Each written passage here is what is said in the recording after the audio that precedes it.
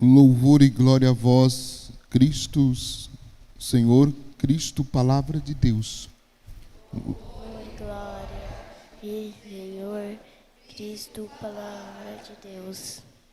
Fizestes felizes os que habitam vossa casa, para sempre eles hão de vos louvar.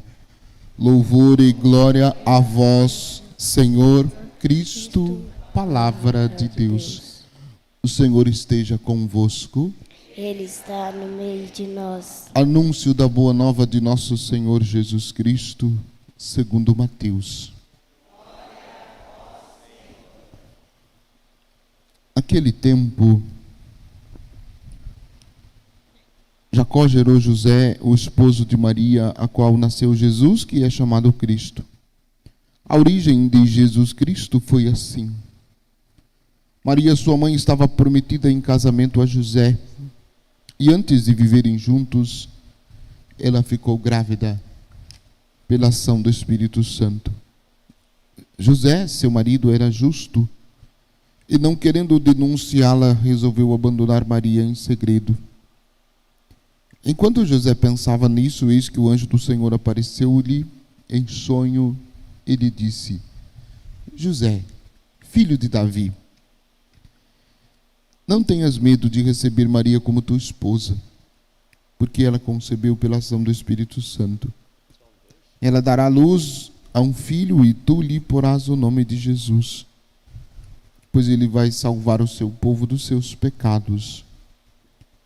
Quando acordou, José fez conforme o anjo do Senhor havia mandado.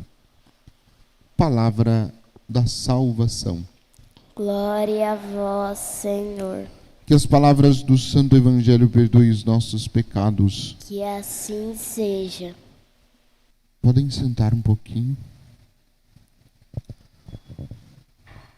São José, ele é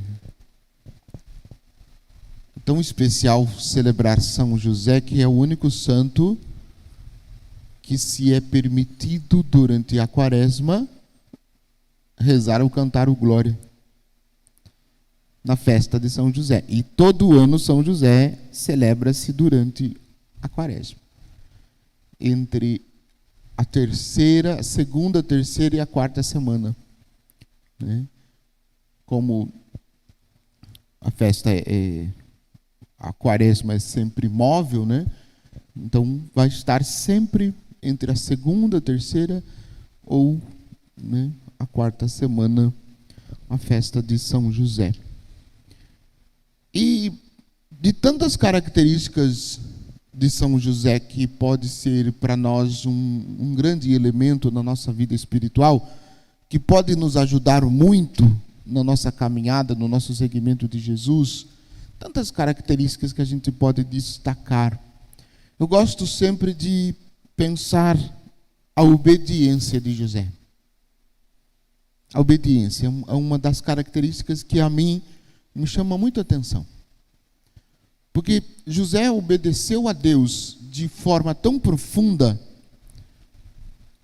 e se a gente imaginar, comparando com a Virgem Maria, porque para a Virgem Maria, ela viu o anjo, ela falou com o anjo, ela escutou o anjo. E para José também, só que por meio de sonhos. Deus falou com José, falou com José por meio do anjo, mas no sonho. No sonho. Então, entre a experiência da Virgem Maria, que viu o anjo, José, Deus fala com ele também por meio do anjo, mas no sonho. E Deus, por meio do anjo, orienta o que José deve fazer. Assim aconteceu quando, por ocasião do mistério da encarnação, no texto que nós ouvimos, né, que ele pensou em abandonar. E quando a gente lê de novo esse texto, vendo esta palavra, que José pensou em abandonar Maria, muitos por aí afora e fora da igreja, dizem que José teve medo, foi covarde, por isso ele quis abandonar Maria. Mas o Papa Francisco responde isso naquele documento Patris Corde, Coração de Pai, de uma forma tão profunda e tão simples, que ele diz, não é que ele teve medo ou que ele se acovardou porque ela estava esperando um filho que não era dele, mas pelo tamanho do mistério que envolvia. Ele imaginou não ter condições de cuidar do Filho de Deus. Porque o Filho de Deus, segundo o mistério da revelação, chamaria José de pai. E José, quando imaginou isso, ele teve... Como vai ser esse mistério tão grande? O Filho de Deus chamando-o de pai. E aí, a decisão dele de abandonar Maria em segredo é uma decisão de amor. De amor. Porque, segundo o que previa a lei, se ele dissesse publicamente que ela estava grávida e que o filho não era dele, Maria seria apedrejada. Publicamente apedrejada. Não se importando que o mistério que estava acontecendo, que quem ela estava carregando no seu ventre era Deus, mesmo considerando isso, ela seria apedrejada, porque era o que previa a lei. Então ele toma a decisão silenciosamente de abandoná-la, pela grandiosidade do mistério, por não dar conta do tamanho do mistério, e para não colocar a Virgem Maria numa situação de risco. Ele fugindo, ele salvaria a vida dela. Foi esse o pensamento de José. E enquanto ele dormia, certamente dormiu pensando nisso, o Senhor Deus o visitou por meio do anjo e o tranquilizou e disse, não temas, não tenhas medo de receber Maria por tua esposa, porque o que nela está foi obra do Espírito Santo. É Deus que está lá, no ventre bendito. Então esse é o primeiro momento. Depois, outros 2 momentos, Deus vai orientar José também por meio de sonho. Quando estavam perseguindo o menino para matar. Quando Herodes ordena aquela história triste de matar todas as crianças na tentativa de matar o menino Jesus. Deus orienta José por meio do sonho. Levanta, pega a criança e o menino e foge. Foge para o Egito porque querem matar o menino. De novo ele obedece. E que obediência. Obedeceu a partir daquilo que ele sonhou. Ele levantou de madrugada, pegou a mãe e o menino e fugiu. Depois de volta, de novo, quando tudo estava tranquilo, Deus disse, levanta-te, pega o menino e a mãe e volta para a terra de Nazaré. Foi orientado pelo sonho. Deus orientou através do sonho. Olha que obediência de José. E isso é talvez a maior lição que nós precisamos aprender de José.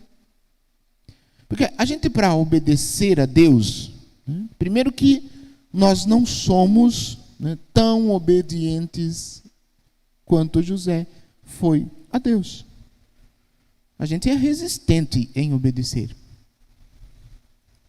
Porque a gente fica calculando, a gente fica fazendo pergunta, a gente fica querendo entender as coisas.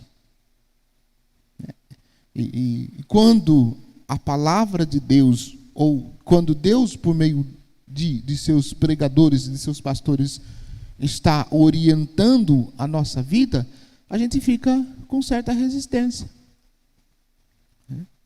Porque a gente quer calcular, a gente quer ter certeza de tudo para que a gente possa obedecer. Então, a prática da obediência para nós Deveria ser algo, né, profundo e significativo. Né?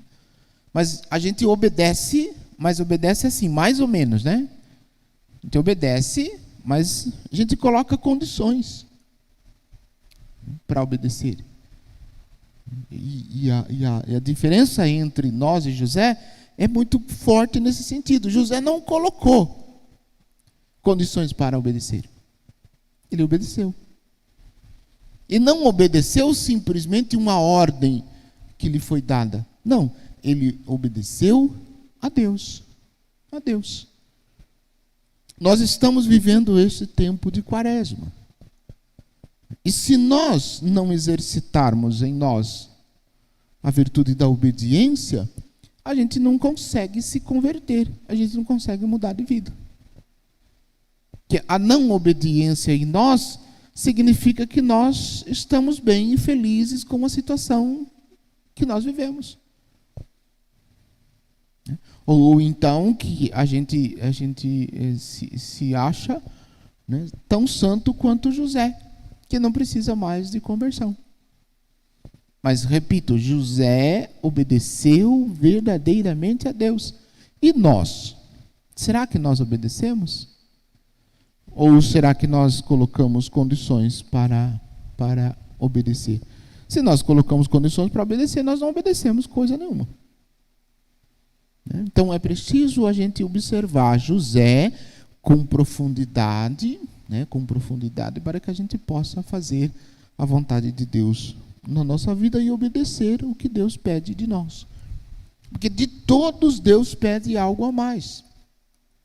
Deus pede algo a mais para o padre. Deus pede algo a mais para os seminaristas. Deus pede algo a mais para os ministros. Deus pede algo a mais de todos.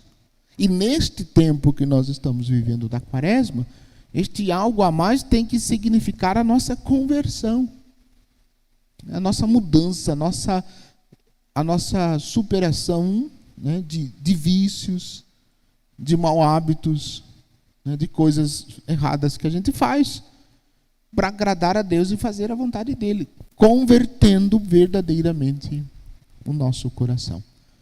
Peçamos a São José que interceda por nós, para que nós possamos obedecer a Deus como Ele obedeceu. Louvado seja nosso Senhor Jesus Cristo, para sempre seja louvado.